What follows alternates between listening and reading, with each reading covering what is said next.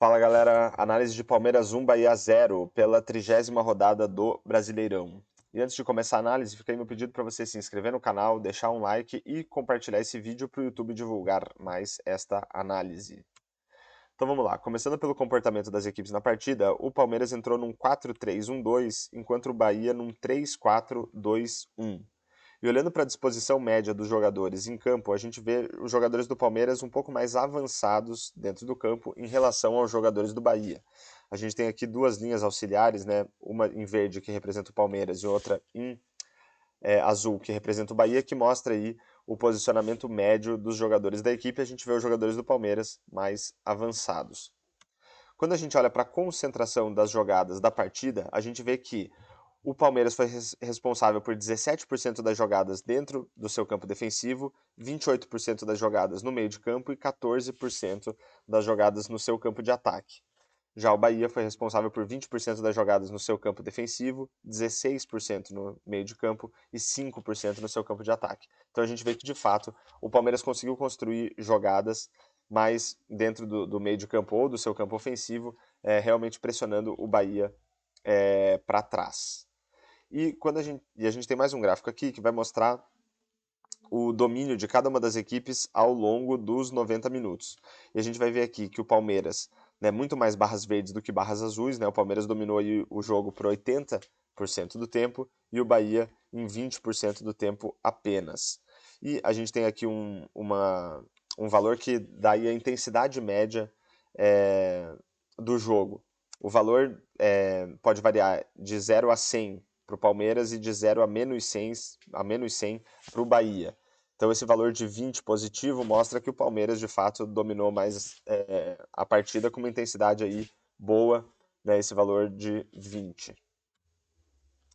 Aqui do lado direito a gente vai ter mais algumas estatísticas que vão ajudar a gente a entender o comportamento das equipes e aquilo que elas conseguiram produzir em termos de criação e de finalizações.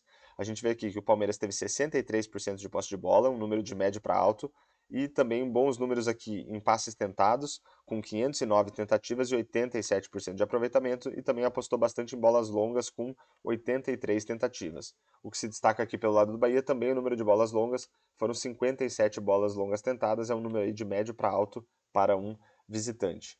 Em termos de criação, foram 16 passes decisivos para o Palmeiras contra 3 do Bahia, um número bem baixo para o Bahia como visitante, um número de médio para alto para o Palmeiras como mandante. Passes decisivos são passes que permitem um chute a gol ou uma assistência para gol. Em termos de expectativa de assistências, 1,47 para o Palmeiras e 0,32 para o Bahia. Um número aqui de médio para alto para o Palmeiras, também um número baixo para o Bahia. Expectativa de assistência são mede aí a capacidade das equipes de colocar os seus jogadores em condição de marcar gols.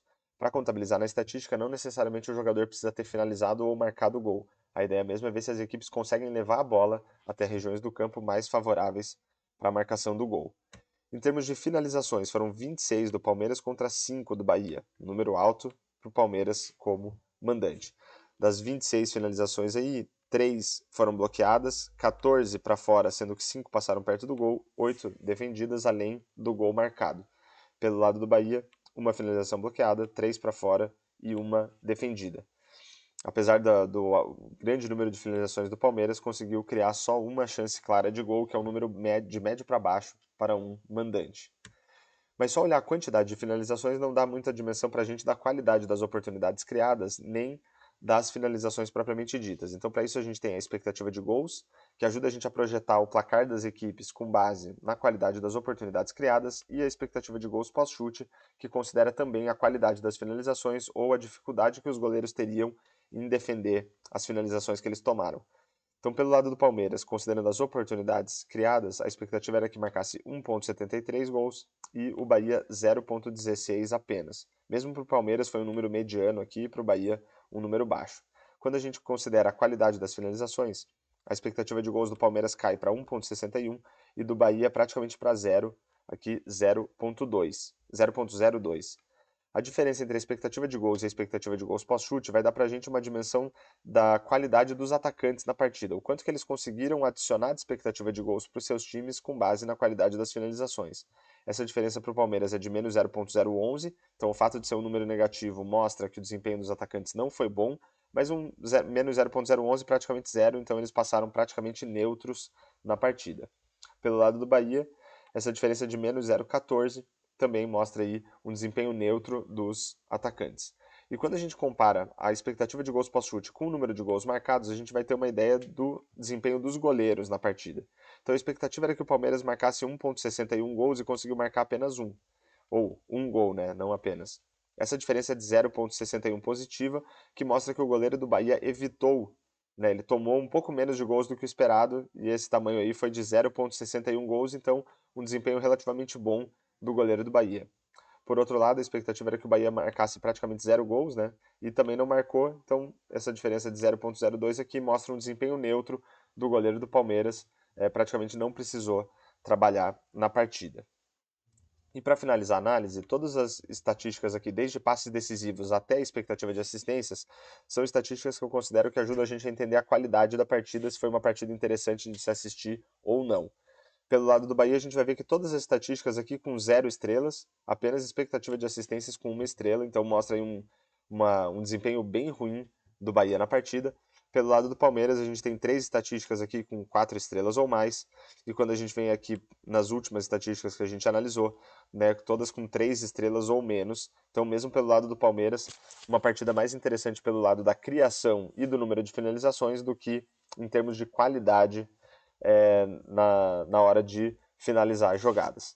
Mas, de qualquer forma, Palmeiras 1-0 aí, um bom resultado para o Palmeiras. Então fechamos aí mais uma análise de Palmeiras 1, Bahia 0. Espero que vocês tenham gostado da análise e fica aí meu pedido novamente para você se inscrever no canal, deixar um comentário, um like e compartilhar esse vídeo para o YouTube divulgar mais esta análise e falou!